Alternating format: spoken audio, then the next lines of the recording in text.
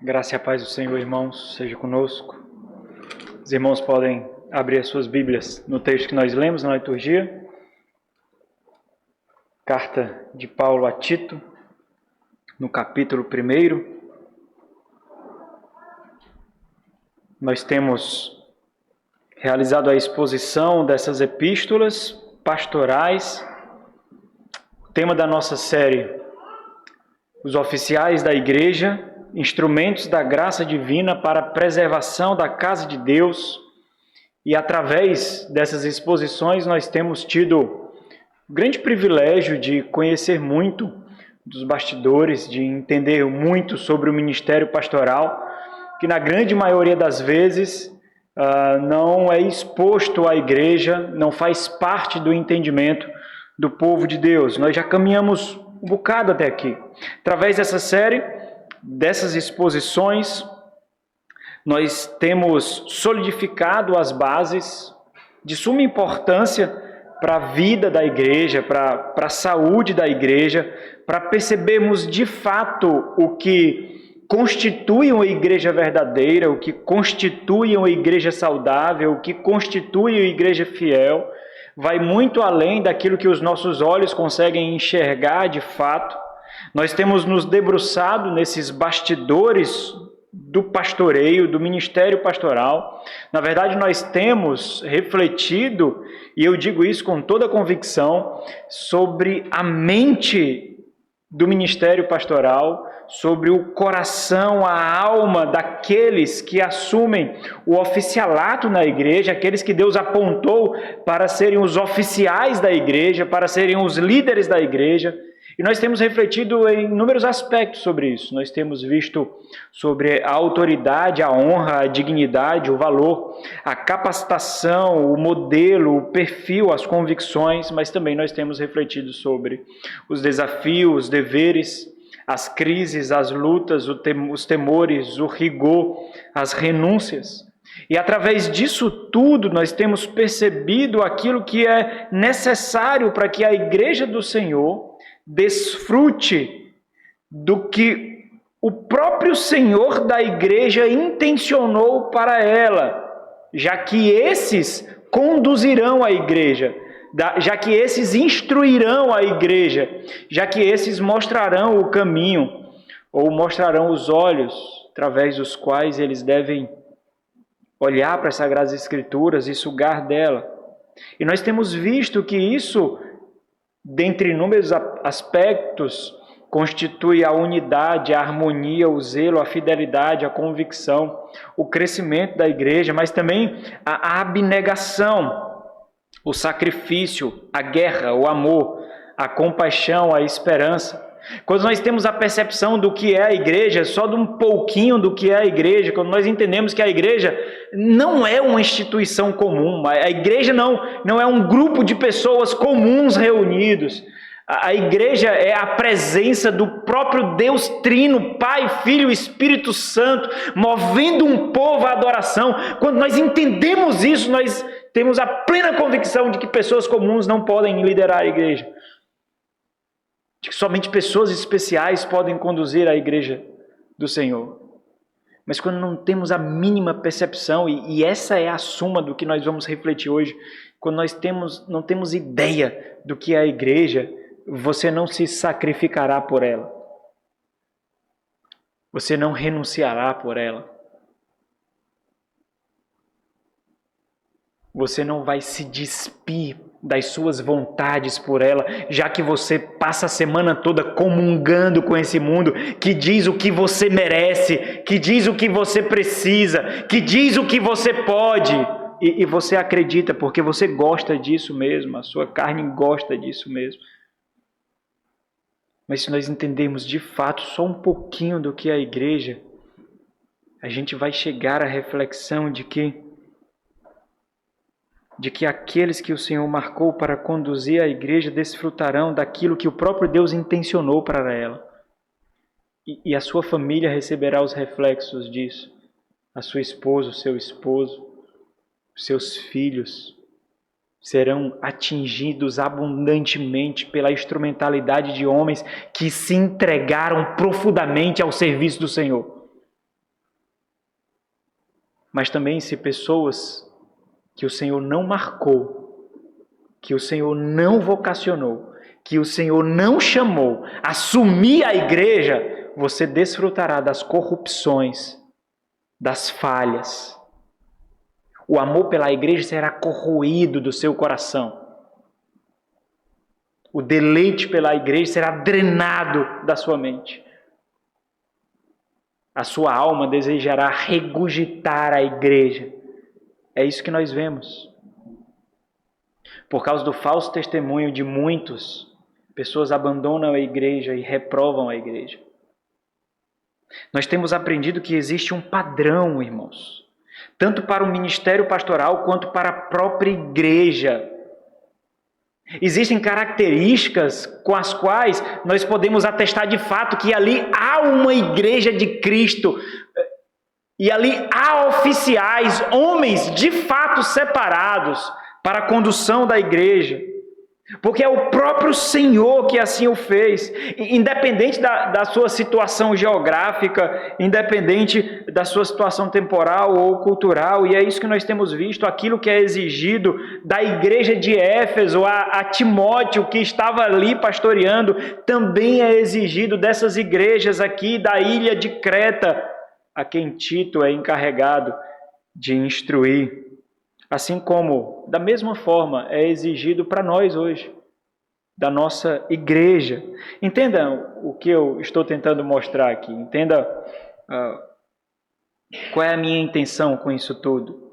Existe uma convicção, existe uma mentalidade no ministério pastoral, impulsionados por uma vocação escravizada às Sagradas Escrituras, que exigem a materialização na vida da igreja. O nível de convicção, o nível de mentalidade, o nível de compreensão que somente aqueles que estão no ministério pastoral possuem, com o peso da responsabilidade exigida pelo cuidado da noiva de outro, que é isso que é a igreja, a noiva de outro, o rebanho de outro, o povo de outro, do Senhor, do Deus Supremo, e isso pesa sobre os seus lombos, para que aquela noiva se pareça cada vez mais com o noivo dela. As marcas de Cristo em cada um. Essa é a visão focada no objetivo de Deus, expressado nas Sagradas Escrituras. Homens cuja mente lateja constantemente o devido peso da missão. A igreja refletirá a Cristo ou a morte. Essa é nitidamente a experiência de Paulo. Nitidamente. Basta lermos os escritos de Paulo, rapidamente nós veremos isso, basta vermos os relatos de Lucas em Atos dos Apóstolos, nós veremos que a igreja foi fundada sob o poder do Espírito Santo de Deus, mas também sendo fundamentada com a carne e sangue dos fiéis.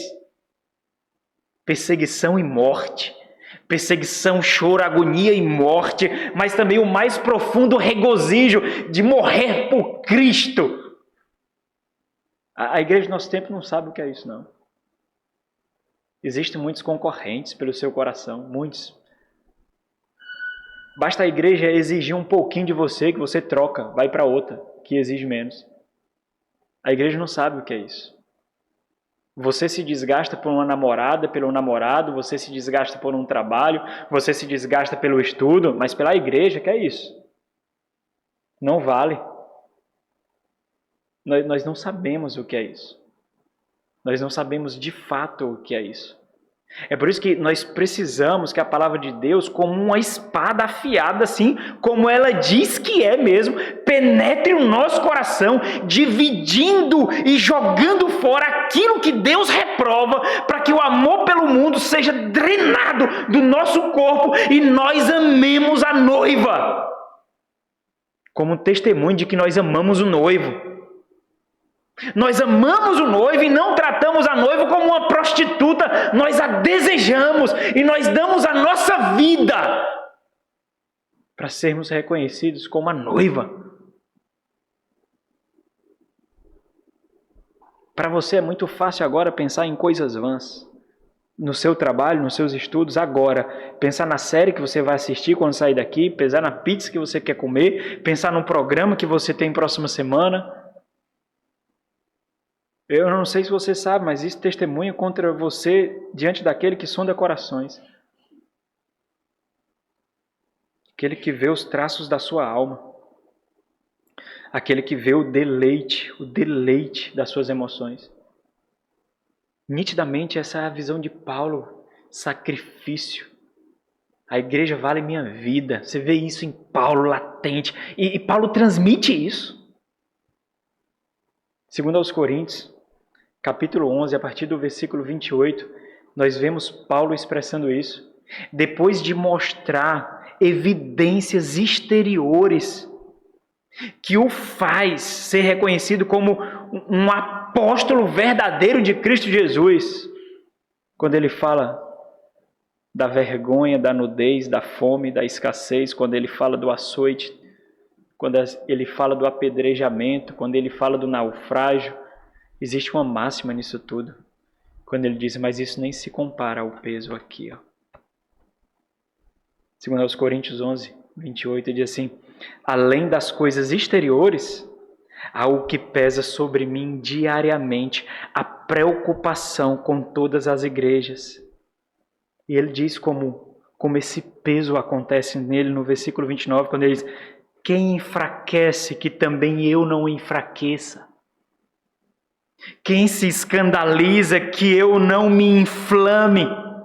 Se tenho de gloriar-me, gloriar-me-ei no que diz respeito à minha fraqueza.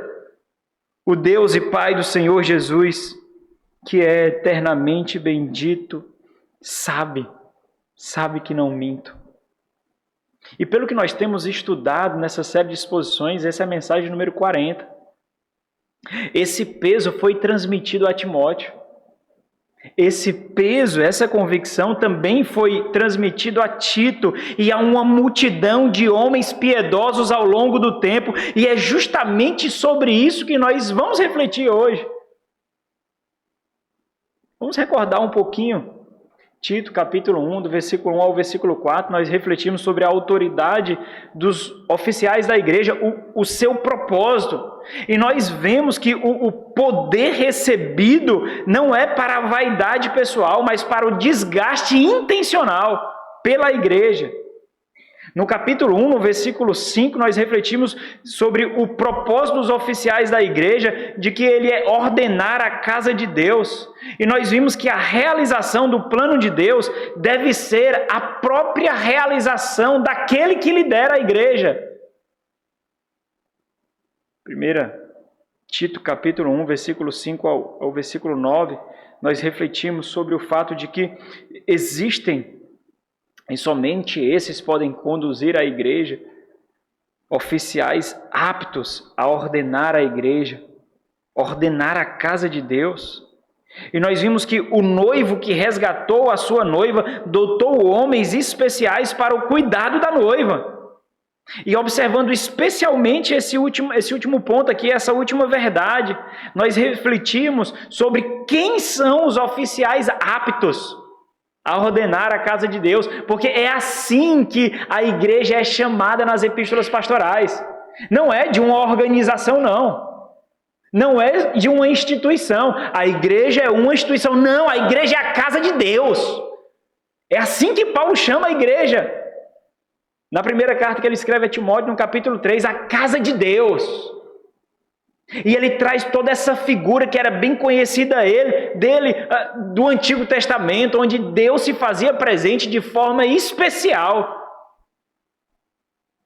É difícil ver isso hoje, quando tantos corruptos lideram a igreja, quando tantas pessoas imorais, homens imorais, mulheres sensuais, dizem ser crentes e membros de igreja.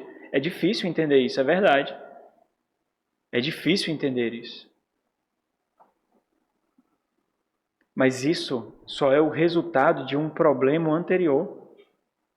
Quem são os oficiais aptos a ordenar a casa de Deus? Primeiro, uma necessidade fundamental. Segundo, um estabelecimento divino. Terceiro, um instrumento moldado e marcado por Deus. E por fim, um modelo a ser imitado. E sem dúvida alguma, irmão, sem dúvida alguma, essa especificidade toda assusta. Assusta, eu sei que assusta, porque parece algo elevado demais, parece especial demais, parece uma classe de pessoas distintas demais, parece pessoas excelentes demais. Mas o grande questionamento, então, é justamente esse que eu faço agora. Se tudo que nós estudamos a respeito dos oficiais da igreja é verdade, especialmente sobre o ministério pastoral, por que tanta perícia e precisão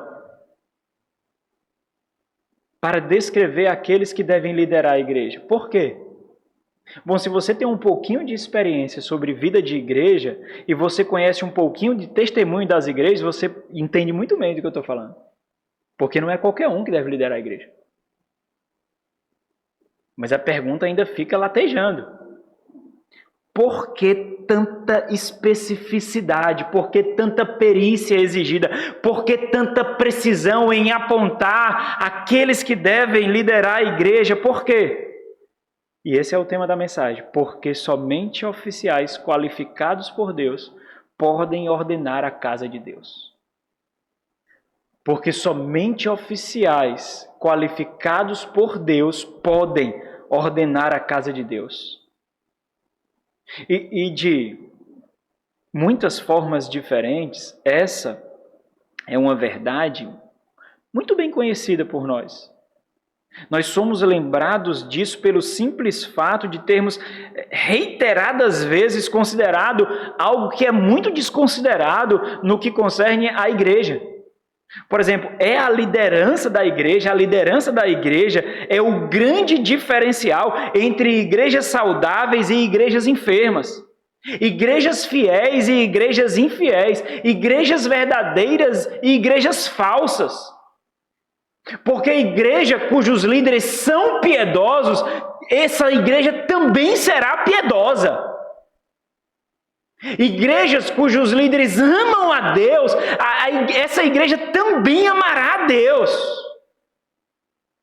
Igrejas que veem no seu líder sacrifício, renúncia, abnegação e luta, também se sacrificarão, lutarão e renunciarão, porque verão, vale a pena, vale a pena.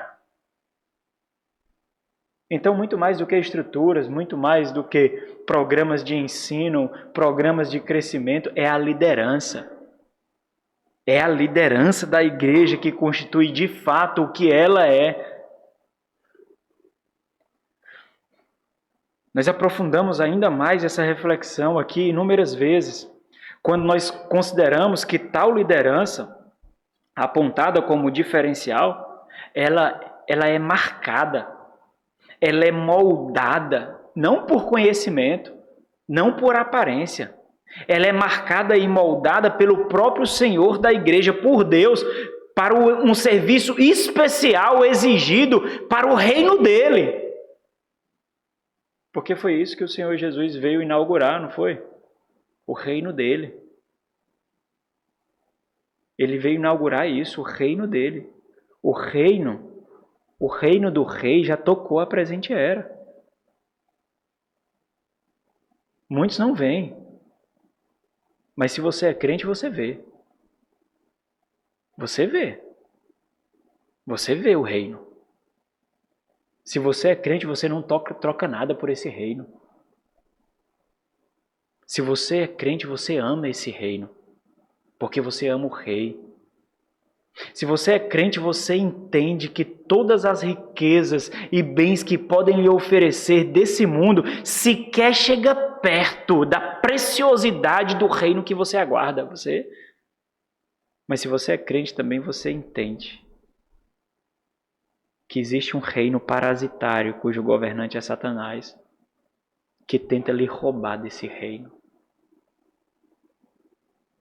esses homens que são levantados para serem instrumentos daquilo que é a maior expressão do reino de Deus na terra, que é a igreja do Senhor, tem que ter características do rei, para representar o rei, para ser imitável, para que outros imitem a ele, para que imitem o rei.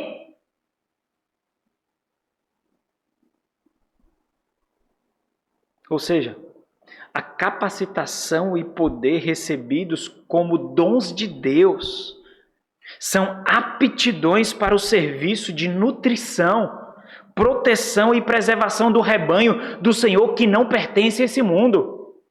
A nutrição desse mundo não pode lhe alimentar, não pode lhe fortalecer, não pode lhe dar envergadura. Você precisa do alimento do mundo por vir. E homens que não foram moldados por Deus não podem dar isso para você. Não podem. Se você já tem um pouquinho de vida de igreja, você sabe o quanto você ficou desnutrido em muitas igrejas. Você sabe. De tal forma que existe uma integralidade. Olha a palavra difícil no guia do sermão aí. Existe uma integralidade, um caráter integral, um caráter completo, um caráter pleno daquilo que é exigido para o serviço do ministério pastoral, de tal forma que somente observando essa integralidade, alguém de fato pode conduzir a igreja. Pode dizer assim: eu sou o pastor, eu sou um presbítero, eu sou um diácono. Caso contrário, é só conversa fiada. Porque, entenda comigo, disposição sem capacitação em caráter não é suficiente. Conhecimento sem disposição e caráter não é suficiente. Caráter sem disposição e capacitação não é suficiente. Mas também, caráter, disposição e capacitação sem vocação não são suficientes. Isso quer dizer que, embora existam muitas tradições eclesiásticas diferentes, nós vemos uma gama muito diferente de igrejas, com suas culturas, suas características distintas e particulares, que isso não é um problema em si, existem características singulares que realmente diferenciam a igreja do Senhor contra qualquer outra instituição desse mundo, que faz dela de fato diferente de qualquer outra instituição desse mundo, especialmente aquelas instituições que têm um ponto de contato com a vida da igreja, com o que a igreja faz. Existem inúmeras instituições aqui, e eu quero citar algumas, fazendo o contraponto do que a igreja não é. A igreja não é uma comunidade terapêutica, embora ela cuide de emoções e comportamentos. A igreja não é uma ONG, nem do terceiro setor, embora ela cuide dos vulneráveis e necessitados. A igreja não é um grupo anônimo, embora ela trate vícios e comportamentos compulsivos. A igreja não é uma escola ou uma creche, embora ela trate de comportamentos cívicos e cuide de nossas crianças. A igreja não é um núcleo de mediação e conciliação, embora ela restaure e aproxime pessoas e relacionamentos. A igreja não é um clube social, embora ela aproxime e unam pessoas distintas, diferentes. E nós poderíamos ficar aqui, ó. Não sei se você entende onde eu estou querendo chegar, mas eu estou querendo chegar em algo aqui. O baixo entendimento de quem é Deus, do que é a igreja, da fé cristã, alinhado ao entendimento que nós temos desse mundo, desse presente século, moldarão a percepção do nível dos oficiais que nós julgamos precisar.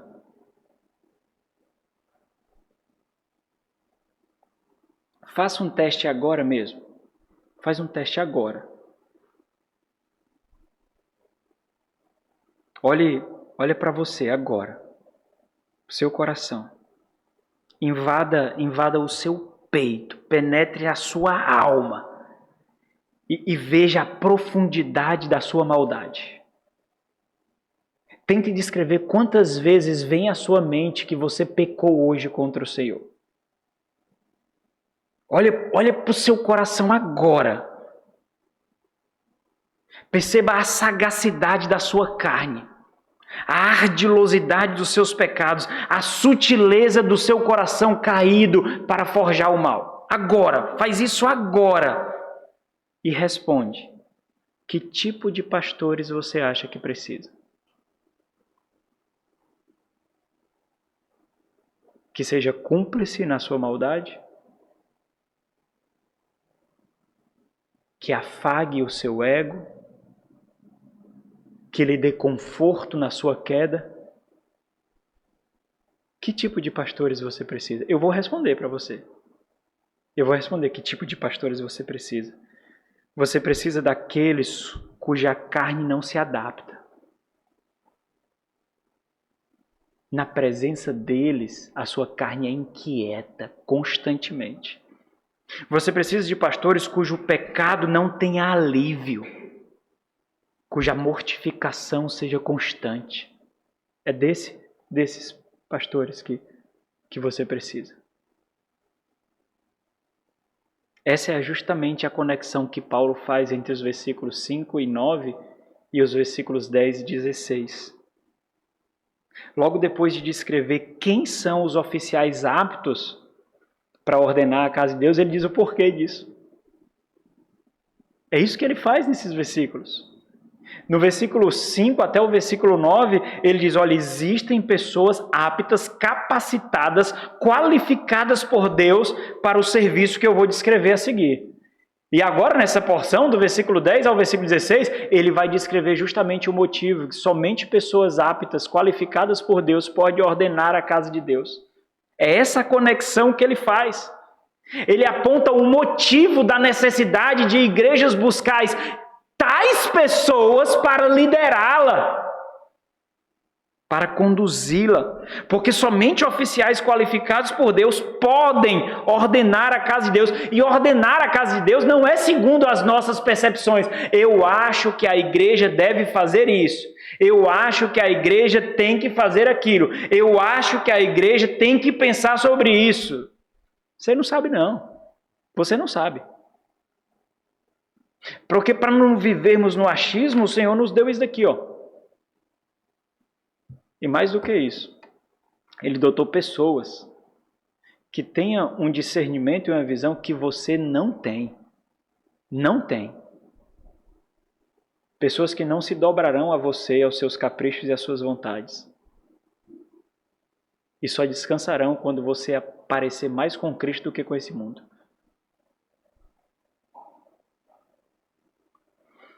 Observa aí o versículo 5, essa conexão feita. E diz assim, ó, por esta causa te deixei em Creta para que pusesses em ordem as coisas restantes, bem como em cada cidade constituísses presbíteros, como? Conforme te prescrevi.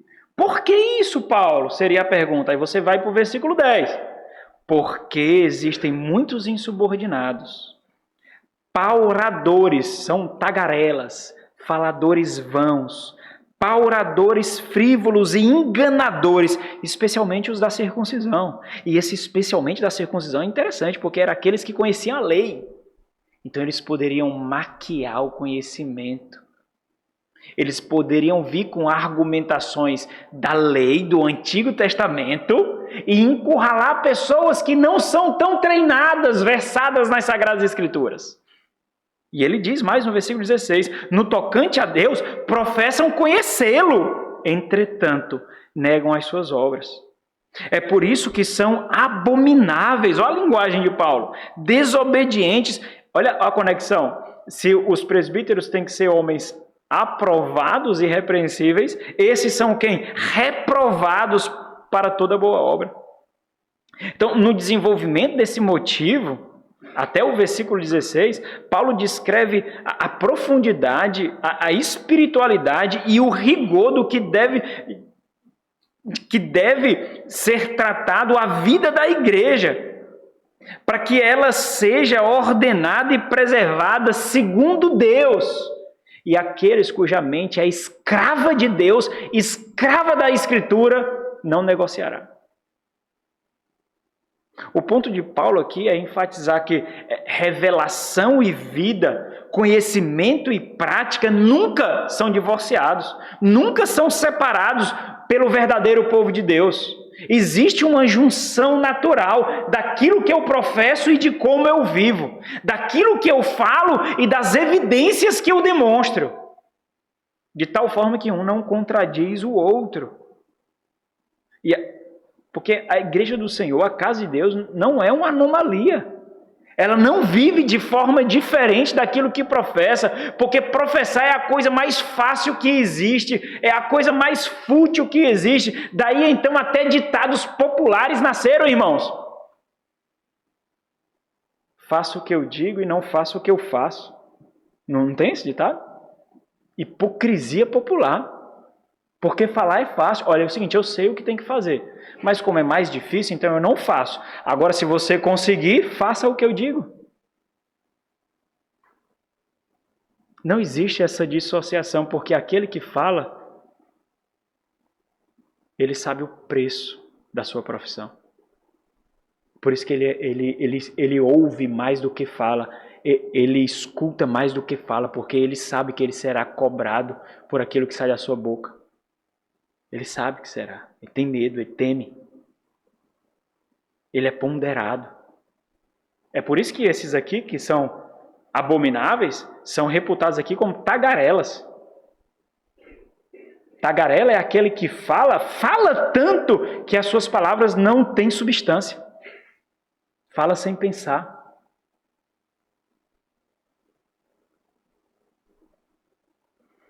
Ou seja, Paulo está mostrando que homens aptos, realmente vocacionados e qualificados por Deus, não somente compreendem, não somente vivem, mas eles ensinam e cobram para que outros também vivam. Observe esse contraste aqui, estabelecido por Paulo. Versículo 16.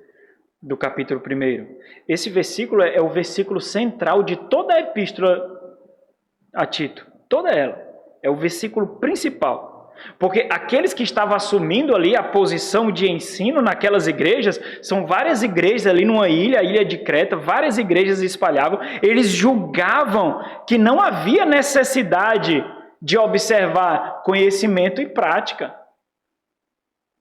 Por isso, o conteúdo central dessa epístola consiste justamente em mostrar que a obra salvífica de Deus e a vida de obediência dos crentes naturalmente andam de mãos juntas, mãos dadas. Vida, prática com aquilo que nós professamos. É o que ele diz, no tocante a Deus, existe uma verdade na profissão deles. Eles realmente julgam conhecer a Deus. Eles professam de fato que conhecem a Deus. É interessante aqui, porque o ponto de Paulo aqui não é uma falsidade obstinada.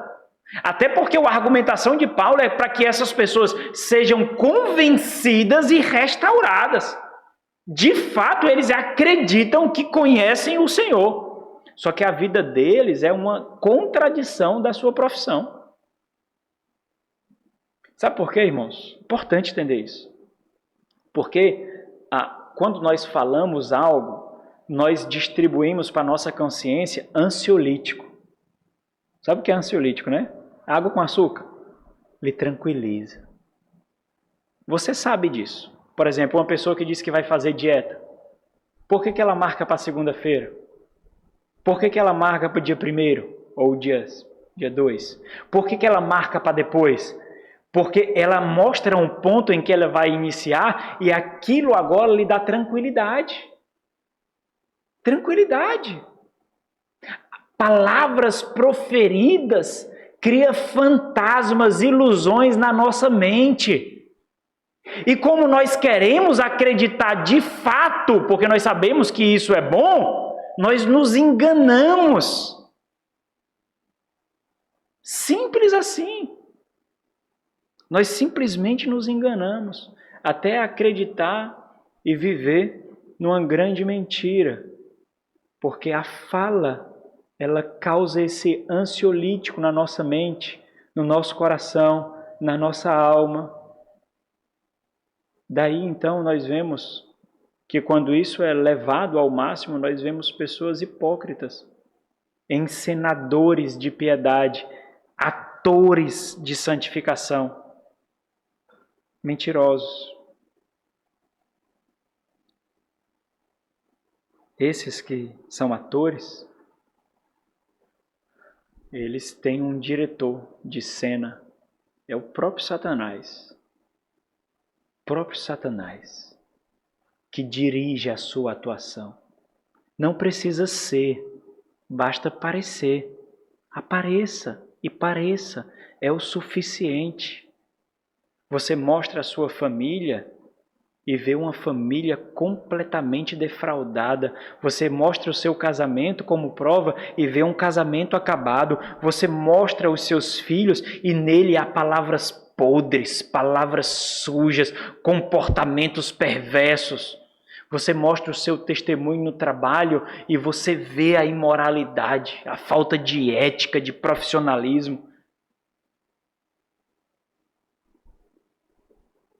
Você não tem nada para apresentar a não ser suas palavras vãs, falsas.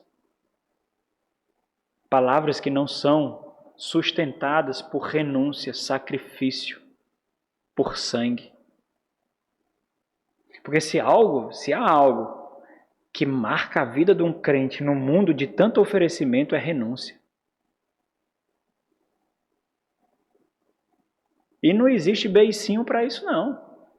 Porque isso é o que nos faz. Nós somos seres que renunciam. Por quê, irmãos? Porque nós sabemos o valor. O valor daquele por quem nós renunciamos. Nós sabemos.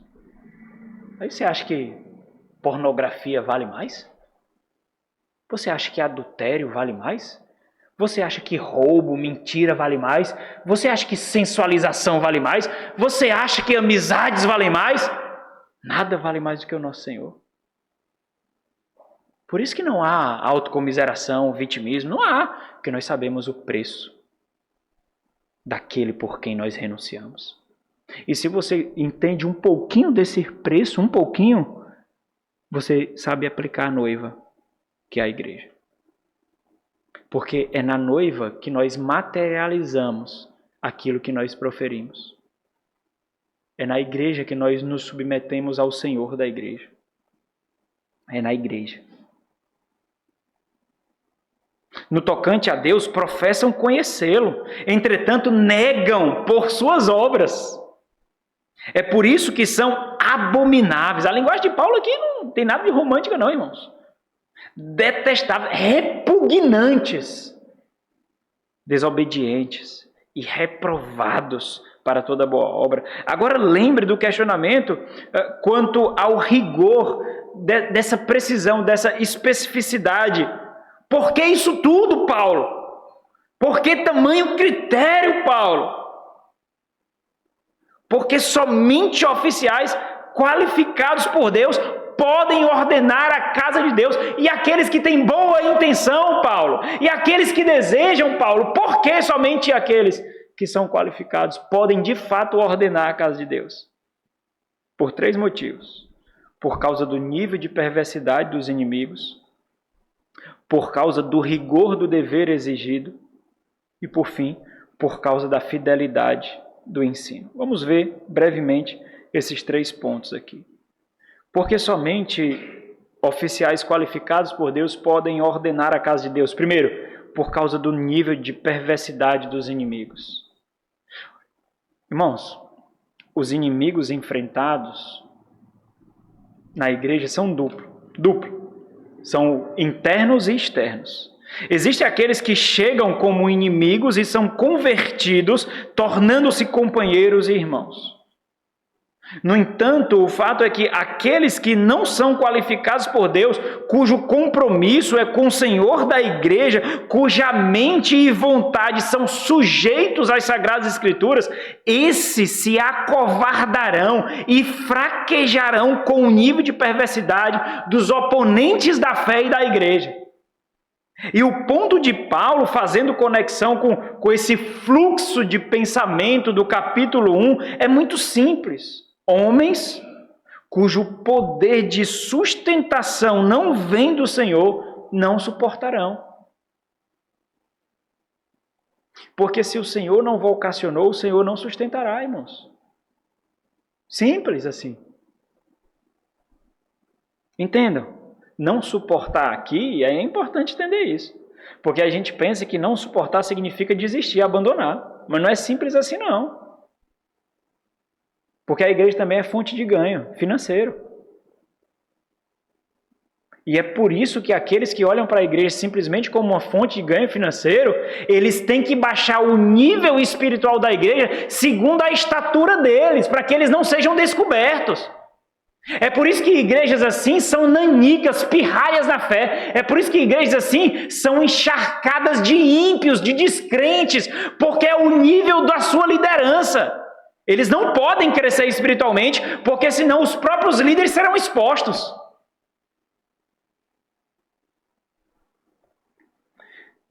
Não resistir aqui não significa desistir.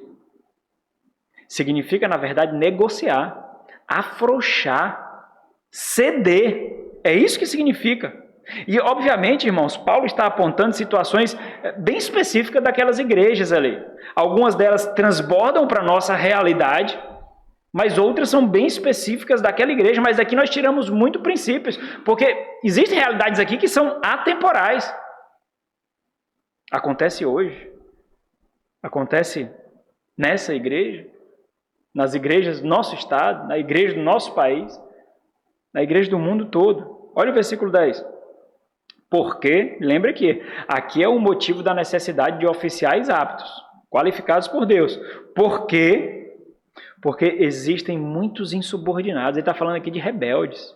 Pessoas cujo comportamento natural é rebelião, é ser o do contra, é ser o agressivo, é ter a ideia contraditória.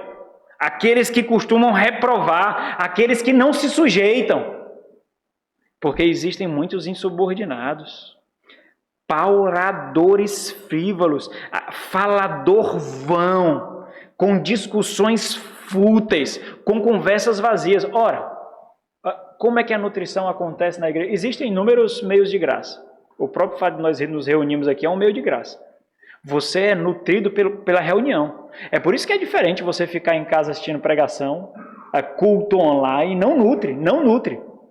O culto online, a pregação online é um paliativo diante de necessidades, mas não substitui. Porque Deus está presente no nosso meio, no ajuntamento dos santos, de forma muito diferente. Não é somente pregação, não. É por isso que o próprio ajuntamento é o meio de graça. Você é exortado pela solenidade. Olha o silêncio. As pessoas entendem diante de quem está. Não é um homem falando. Não é um pecador falando. É a voz de Deus que você ouve. As pessoas entendem isso. As crianças entendem isso. É um meio de graça. O próprio ajuntamento. Mas o principal meio de graça é a palavra proferida. Aí imagine então que o principal meio de graça é a palavra proferida e você tem líderes que só falam palavras de vento. Tenta ser nutrido com algodão doce todo dia. Tenta, todo dia, come algodão doce. Vamos fazer um laboratório aqui. Passa a semana agora que começou, passa a semana toda comendo algodão doce.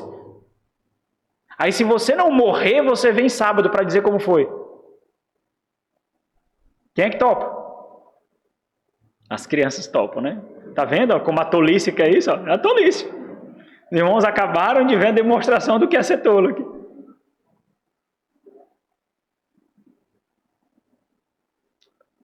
Esses são os veículos de palavras que não nutrem. Não nutrem. Você sabe o preço de uma palavra sábia quando o seu coração está inquieto, não sabe? Você sabe. Você sabe que o Senhor usa homens cujas palavras são como raios de sol no túnel escuro para a sua vida.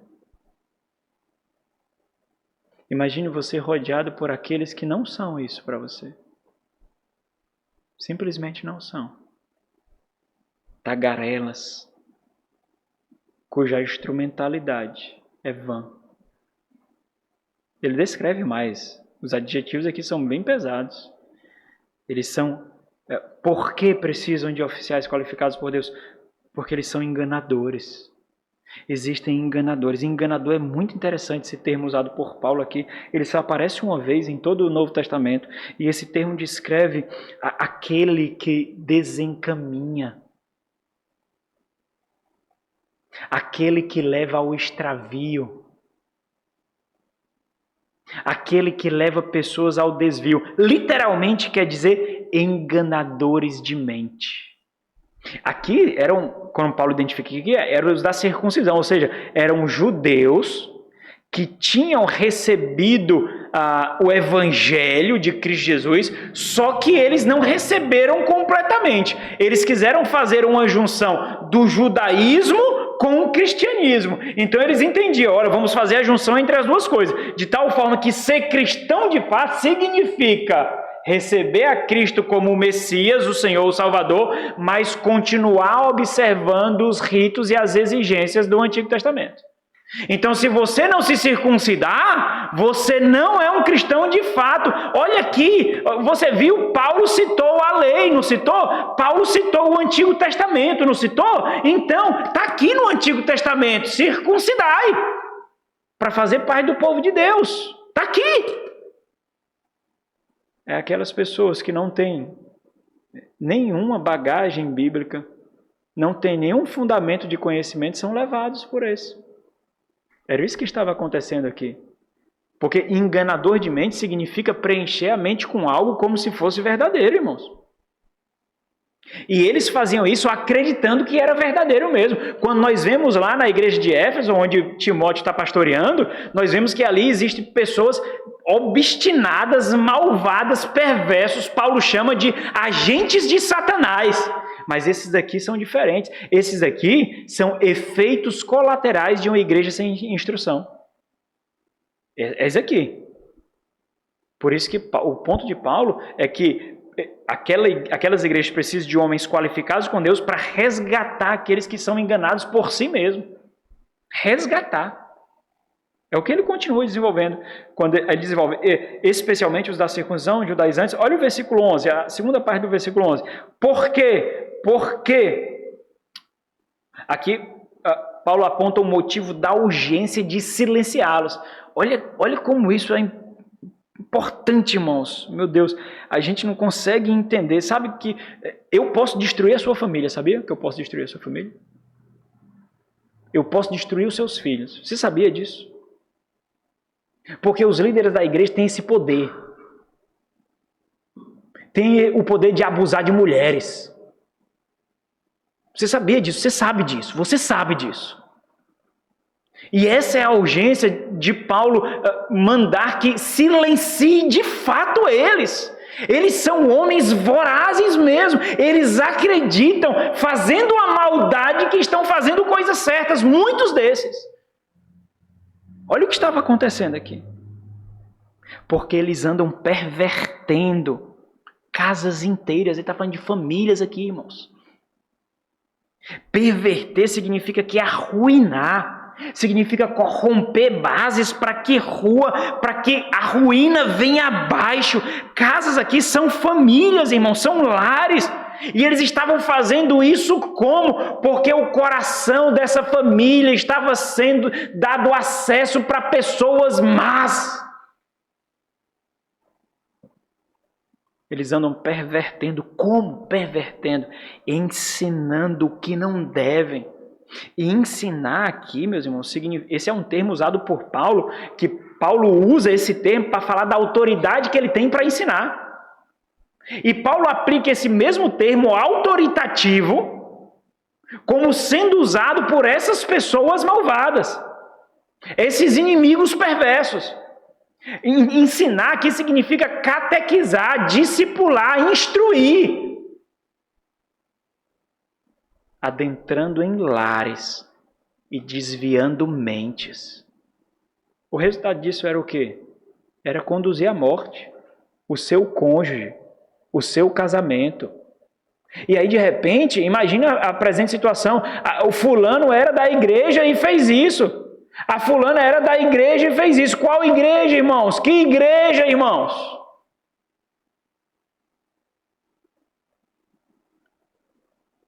Pervertendo casas inteiras, ensinando o que não devem, ensinando aquilo que é desnecessário. Por que eles faziam isso? Está aqui, por torpe ganância. Por ganho vergonhoso. Por que o ganho é vergonhoso? Literalmente quer dizer ganho vergonhoso. Por que o ganho é vergonhoso? Porque eles lucram na morte de outros. Porque eles lucram na ruína de outros. Agora, se Paulo consegue colocar esses adjetivos aqui, essas qualificações, para os inimigos, e Paulo não chega nem aos pés de santidade e justiça de Deus, como Deus enxerga essas pessoas, contra quem eles prestarão contas. Olha o versículo 12. Foi mesmo dentre eles um seu profeta que disse: cretenses sempre mentirosos, feras terríveis, ventres preguiçosos. E é tão interessante porque naquele tempo, assim como a igreja de Corinto, Creta, ela assumiu uma posição proverbial. Existia um provérbio a se falar de Creta no mundo antigo, por causa da sua decadência moral. Um antigo historiador chamado Políbio escreveu que era quase impossível encontrar em outro lugar uma conduta pessoal mais traiçoeira ou de política pública mais injusta do que em Creta. Olha o nível. O grande problema é que os crentes ali deviam ser contraste e não estavam sendo. Não dava para conversar com um crente e entender que ele era crente. No seu trabalho, o pessoal sabe que você é crente? Na sua escola sabe que você é crente? Na sua família, os descrentes dizem assim: não, ele aqui é crente, mas é legal. Diz, pois é ruim para você, isso não é bom não. Olha, ele é crente aqui, mas é gente boa. Ele é crente aqui, mas não tem besteira não. Diz isso sobre você, você está lascado. O negócio está ruim para você. Porque se um ímpio pode pautar o seu padrão de fé, está ruim para você. Muito ruim para você.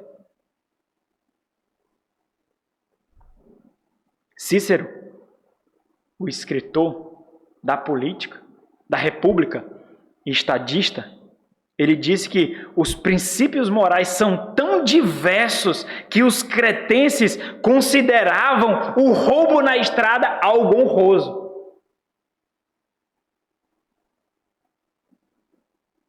Paulo diz no versículo 13, tal testemunho é exato, tal testemunho é verdadeiro. E aí o versículo 16, você pode colocar um porquê aí. Por que precisa de pessoas aptas? Por quê? Eu estou pulando alguns versículos aqui, vocês não estão vendo, né? Por que existem algumas pessoas aptas?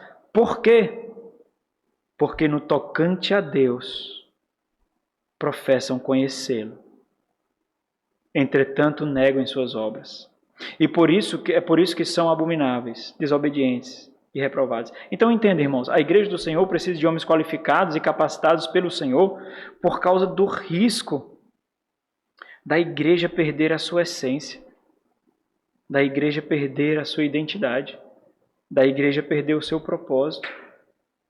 Porque o nível de perversidade dos inimigos exige sangue, irmãos. Exige energia. Exige vida, exige sacrifícios intensos, exige renúncia, exige audácia, coragem, audácia. Exige coração, exige força. E somente o Senhor pode dar isso. Somente o Senhor. Porque homens que não têm essas qualificações simplesmente cedem.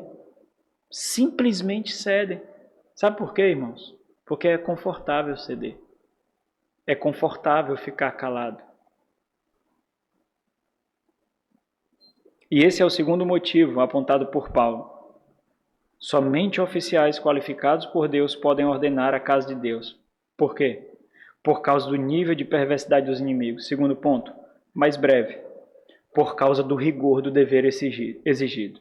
Então, aquilo que nós vimos aqui no ponto anterior, ele transborda para esse motivo. É uma reflexão natural do primeiro motivo. Estão intimamente ligados. E é justamente o nível de perversidade dos inimigos que ditará o rigor do dever exigido. É ao se deparar com o tamanho do rigor do dever exigido que muitos sucumbem, que muitos cedem, que muitos negociam, afrouxam e cedem. Muitos. É justamente diante dessa realidade, onde são exibidas as lutas, as renúncias necessárias, que muitos têm diante de si o atestado de que não são vocacionados por Deus. Por que as mulheres da igreja se vestem assim? Por que as mulheres da igreja parecem tão promíscuas? Por que as mulheres da igreja se vestem de forma tão sensual? Por que as mulheres da igreja parecem que desejam tanto mostrar o corpo? Eu não me sinto bem com meu marido naquela igreja, com as mulheres se portando dessa forma. Por que aquelas crianças naquela igreja são tão insubordinadas, insubmissas, nervosas? Por que os homens daquela igreja são tão imaturos, parecem meninos, parecem moleques? Por que aquela igreja fala tanto de dinheiro? Eu poderia dizer muito mais aqui. Ceder, afrouxar, atestados de que esses homens não foram qualificados por Deus para o serviço da igreja. Não adianta olhar para tais igrejas e dizer, não é porque o coração das pessoas são más, não é porque as pessoas são perversas mesmo, não é porque o pastor vive falando frouxo, é um frouxo, porque não exige santificação. Exige santificação ou sai! Como pastores vão aturar bodes no rebanho do Senhor? Como vão aturar lobos no rebanho do Senhor? Como? Frouxos, moleques são esses moleques. Não são homens de Deus. Não são. E todo esse testemunho de desgraça, de baixo nível, acaba com o testemunho da igreja do Senhor. Desvia muitos são desviados, muitos. Por causa do testemunho desses ladrões, homens perversos, que zombam do Senhor e do rebanho do Senhor. Vão para a condenação eterna, debaixo do juízo de Deus. Quantos não amam mais a noiva por causa desses homens? Quantos não amam mais a vida da igreja por causa desses homens? Quantos abusos de crianças e mulheres aconteceram debaixo da liderança desses homens? Pagarão. A terra geme, diz Paulo em Romanos, aguardando o dia da consumação. A terra baterá palmas diante do juízo derramado sobre os homens maus, porque cederam, olhando para os seus bens, para a sua comodidade, para as suas contas, cederam, negociaram o que não é dele, porque a igreja é do Senhor, o rebanho é do Senhor. Trataram a noiva, que Cristo está purificando, como uma prostituta, uma devassa, uma leviana.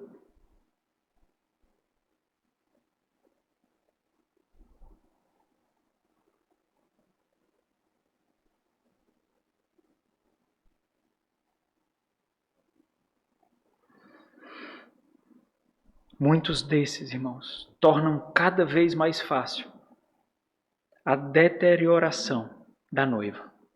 Eles não abandonam, porque se elas abandonassem a noiva, seria a melhor coisa que eles fariam. Mas eles não abandonam. Ele abre as portas para estupradores entrar, para ladrões entrarem, para feras entrarem, para assassinos entrarem e acabam com o rebanho do Senhor, acabam com a noiva do Senhor, enquanto esses professam serem pastores. Que rigor é esse? Pergunte. Paulo, que rigor é esse, Paulo?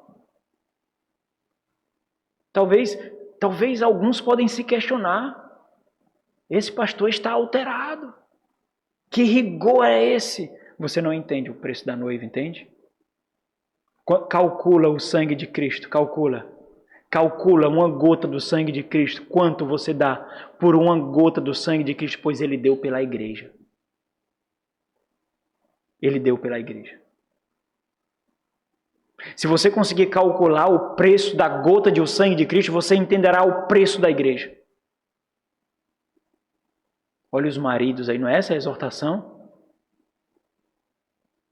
Sede como Cristo, que deu a vida pela igreja. Não é essa a exortação? Que rigor é esse, Paulo? É algo demais exigido de tais homens, Paulo. O que é exigido de tais homens, irmãos? É por isso que esses homens merecem honra, respeito e dignidade. Sabe qual é o rigor exigido de tais homens, irmãos? É viver ciente de que o desconforto é o seu normal. É viver ciente de que a confrontação será o seu dialeto mais usado, mesmo diante de ingratidão.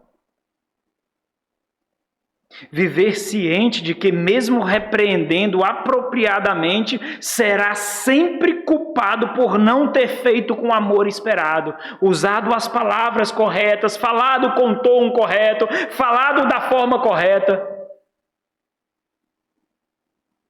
Viver ciente de que acumulará inimigos ao longo da peregrinação. Viver ciente de que o rigor da luta o levará à solidão, assim como sua família. Viver ciente de que a renúncia é necessária para que outros sejam edificados.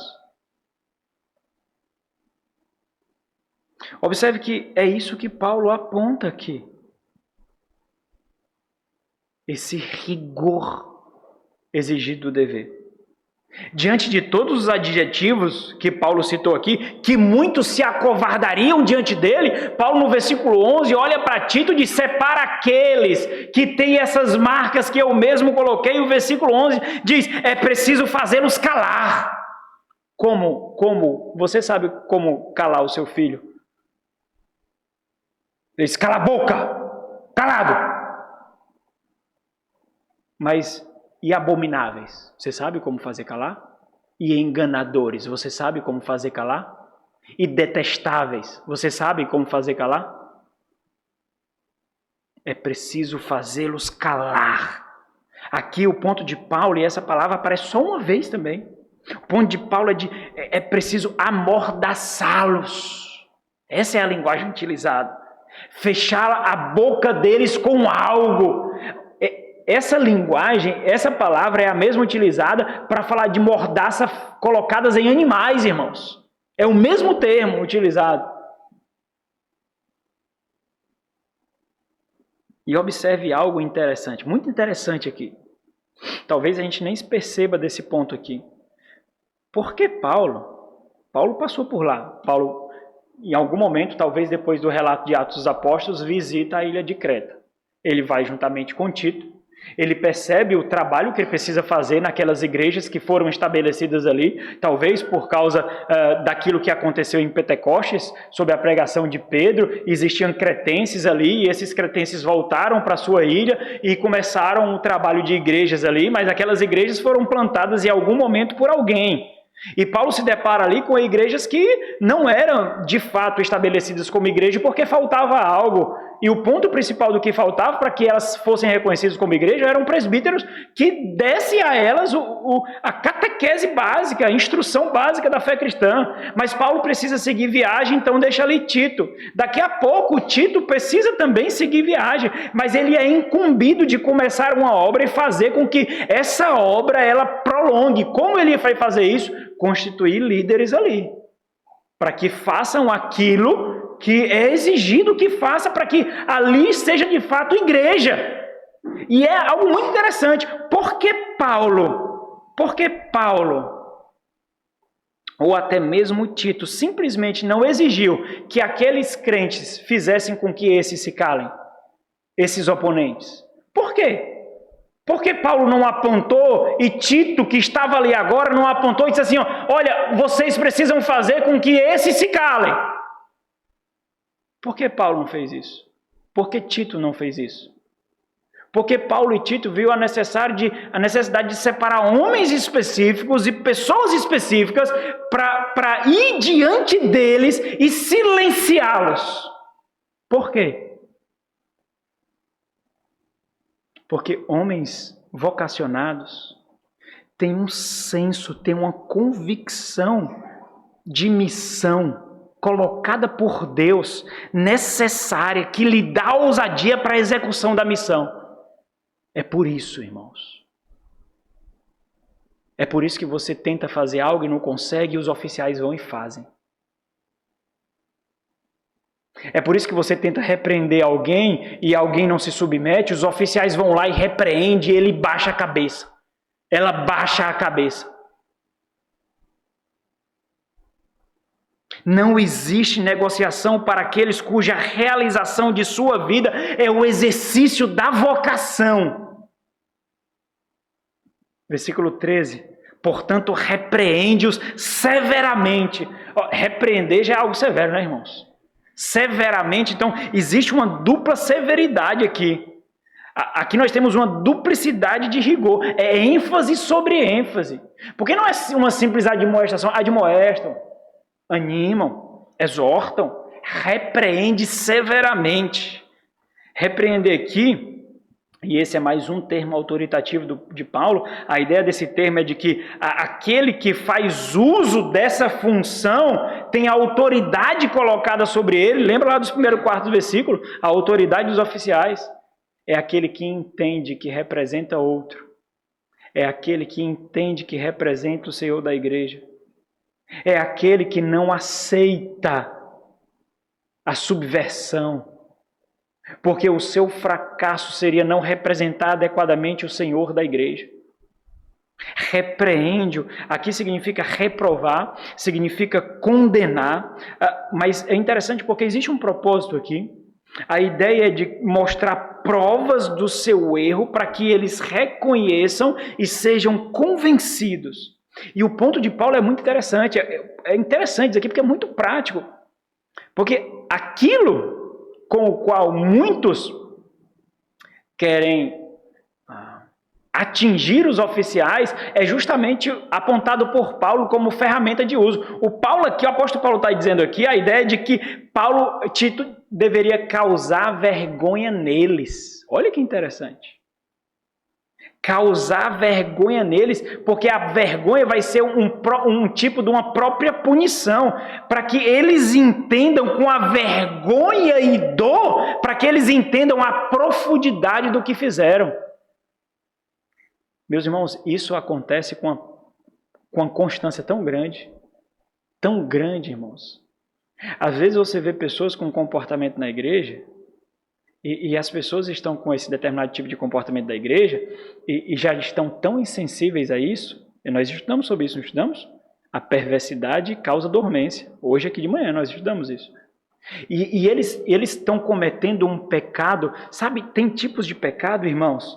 Sabe aquele ponto da construção que se você bater ali e derribar ali, isso deixa deficiente toda a construção? Existem pecados que são como esses.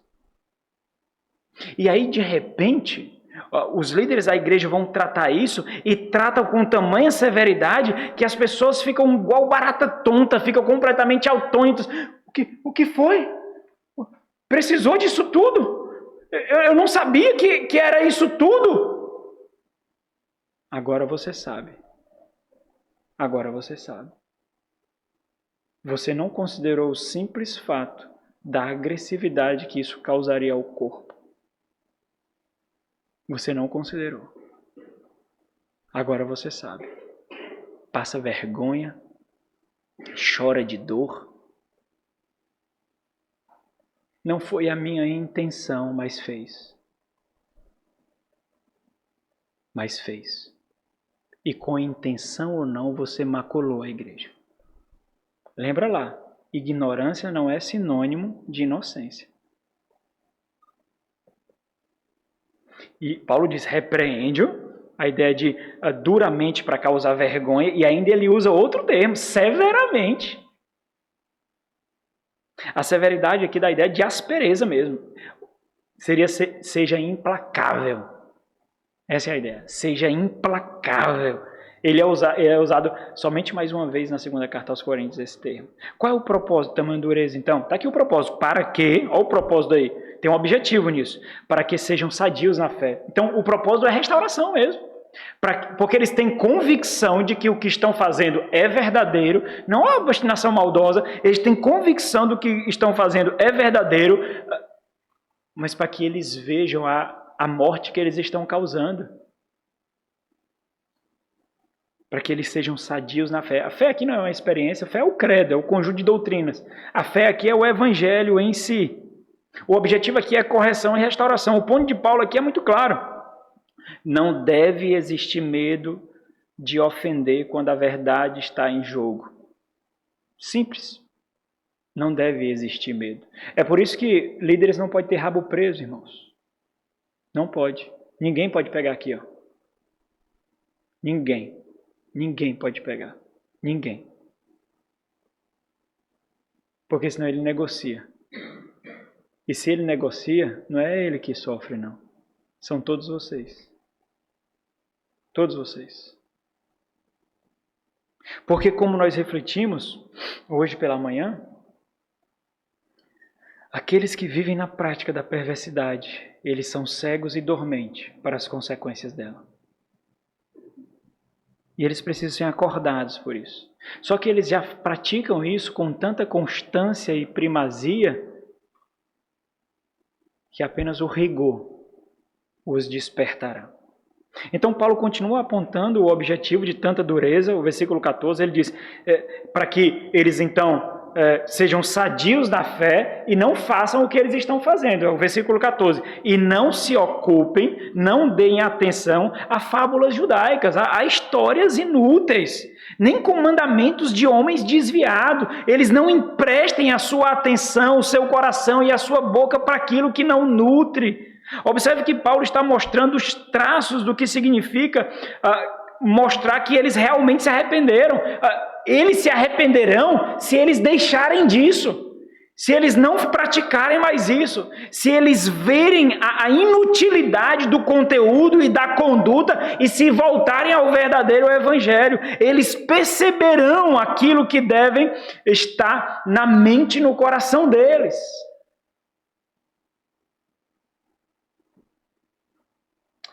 Somente oficiais qualificados por Deus podem ordenar a casa de Deus.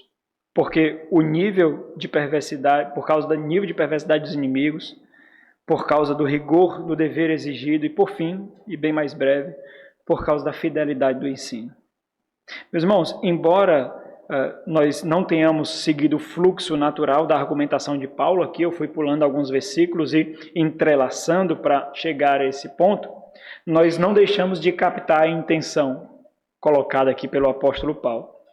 Todo o rigor da luta, do sacrifício, do desgaste para a realização da missão, tanto são possíveis como pavimentam o caminho para o ensino fiel das Sagradas Escrituras. Entulhos precisam ser retirados para que a verdade das Sagradas Escrituras seja exposta. Não faria nenhum sentido todo o labor, depois de tudo, oferecer palha ao rebanho. Não faria sentido. Tudo isso é para que vejam que o evangelho verdadeiro exige algo. tanto dos veículos como daqueles que são instruídos. Exige algo. O ensino verdadeiro, o evangelho fiel, a fidelidade do ensino é a grande missão. Todo o entorno deve ser preparado para isso, porque é o evangelho que dá vida. O seu casamento é restaurado por causa do evangelho, você cria filhos piedosos por causa do evangelho, você cresce como profissional, como empresário por causa do evangelho, você cresce como estudante por causa do evangelho, você cresce como cidadão por causa do evangelho, você se parece com Cristo por causa do evangelho. Se você corromper isso, então tudo vai ser o oposto. Tudo vai ser o oposto.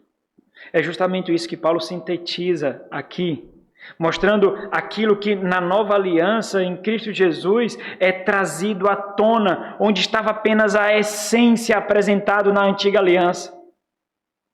Os ritos. Os ritos. Não a exterioridade, não a aparência, mas a essência, o interior, o coração, aquilo para onde os ritos apresentavam. O Senhor Jesus fala muito sobre isso, o apóstolo Paulo fala sobre isso na igreja, na primeira carta aos Coríntios. Ele fala sobre isso aos Romanos. Paulo fala muito sobre isso quando ele diz: todas as coisas são puras para os puros, todavia para os impuros e descrentes nada é puro. Essa é uma linguagem muito parecida com aquela que Paulo diz: tudo me é lícito, mas nem tudo me convém. Porque tanto a mente como a consciência deles estão corrompidas. Então, o que era que os judaizantes estavam fazendo aqui? O que era que os oponentes do evangelho estavam fazendo aqui? Estavam ensinando algo que não deveriam ensinar. Estavam corrompendo o evangelho verdadeiro, dizendo assim: ó, a pureza naquilo que nós comemos, a pureza no rito que praticamos, a pureza nos dias que observamos, independente de vocês serem santos e piedosos, apenas observando isso vocês serão puros, apenas fazendo isso vocês serão santos. Olhem, e cá entre nós é muito fácil, não é, irmãos? Não preparar o coração, é muito fácil. Imagine, eu não sei quantos aqui já nasceram em lares católicos, mas é muito fácil, você vai ao sacerdote ali e confessa os seus pecados. E ele dá uma penitência muito pobre, por sinal, não chega nem perto aos pés de Cristo, e os seus pecados estão perdoados. Acabou! Olha como é simples isso.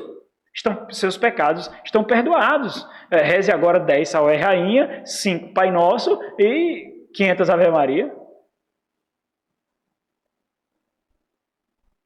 Isso chega aos pés de Cristo, irmãos, porque os nossos pecados foram perdoados por causa da morte do Filho de Deus.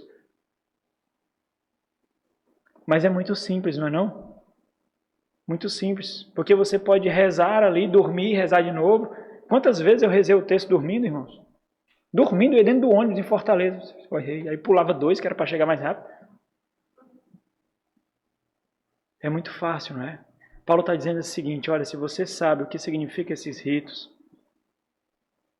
se você sabe o que significa essas cerimônias, é porque você tem um coração transformado, para ti tudo é puro. Porque tu entende a essência, o ritual e o moral, os seus comportamentos moldando aquilo que realmente significa aquilo que você faz. Por isso que ele diz, todas as coisas são puras para os puros, ou seja, aquele que o Senhor modificou interiormente enxergará a pureza das coisas. Mas para os que não são, não adianta comer comidas ritualísticas, não adianta observar ritos ou dias, você não será puro. O grande trabalho do ministério da palavra, irmãos, é mostrar como isso se aplica nas diversas instâncias da vida. Então, para a gente concluir, fechando, somente os oficiais qualificados por Deus podem ordenar a casa de Deus, por 3 motivos colocados aqui: por causa do nível da perversidade dos inimigos, por causa do rigor do dever exigido, por causa da fidelidade do ensino. Mark Dever, naquele livro 9 Marcas de uma Igreja Saudável, ele diz algo muito interessante. Ele diz o seguinte: precisamos de igrejas cujo principal indicador de sucesso não sejam resultados evidentes, e sim fidelidade bíblica perseverante. E isso só acontecerá com homens qualificados por Deus, assumindo a função de oficiais da igreja. Sem isso, as igrejas não serão segundo Deus ordenou. E infelizmente, nós não sabemos disso, tanto quanto nós precisaríamos. Se nós soubéssemos disso, irmãos, existiriam menos pessoas desviadas por causa de líderes perversos. Muito menos.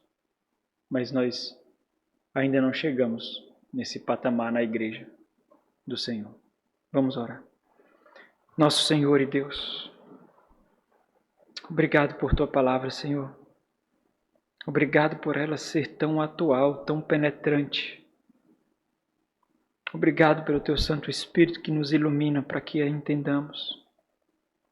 Mesmo diante de todas as aplicações feitas aqui, ó Deus, que Teu Santo Espírito aplique o nosso coração para que, de fato, aquilo que apenas ouvimos crie raízes e conduza as nossas mãos e os nossos pés e toquem o nosso lar e tome a nossa vida, Deus. Ajuda-nos, ó Deus, a preservar, proteger a igreja do Senhor. Ajuda-nos, ó Deus, a honrar homens qualificados pelo Senhor, homens marcados para o sacrifício, homens marcados para a renúncia, homens que amam o Senhor ao ponto de dar as suas vidas pela noiva. Ajuda-nos a honrar, ó Deus, que essa igreja possa exalar a dignidade, a honra a tais homens, ao ponto dos nossos jovens, as nossas jovens, ansiar por desfrutar isso. Mais do que qualquer profissão julgada, atraente nesse mundo. Ajuda-nos, ó Deus. A Tua igreja precisa. Em nome de Jesus. Amém.